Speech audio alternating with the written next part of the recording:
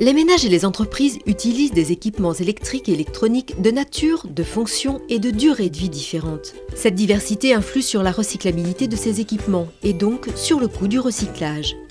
Une part du prix de vente des équipements est directement consacrée au financement de leur réseau de collecte et de leur opération de dépollution et de valorisation lorsqu'ils arrivent en fin de vie. On appelle cette part la contribution environnementale.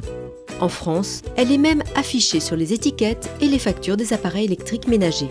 Lorsqu'ils sont les détenteurs de déchets d'équipements électriques et électroniques, les D3E, les ménages ou les entreprises, sont le premier maillon de la chaîne de recyclage. Leur geste de tri va conditionner la performance de la filière.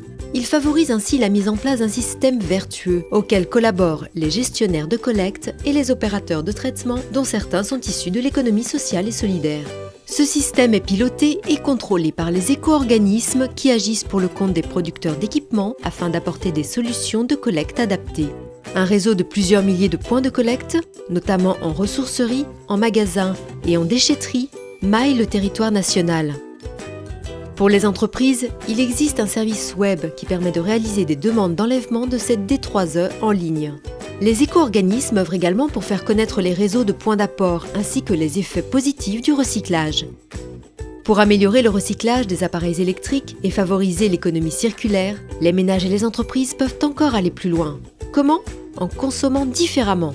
Ils peuvent d'abord allonger la durée de vie de leurs équipements en privilégiant la réparation ou le réemploi et la réutilisation. La volonté et les attentes des ménages et des entreprises, responsables des impacts environnementaux de l'acte d'achat de leurs équipements, constituent des signaux forts envoyés à la chaîne de production et de distribution des équipements électriques.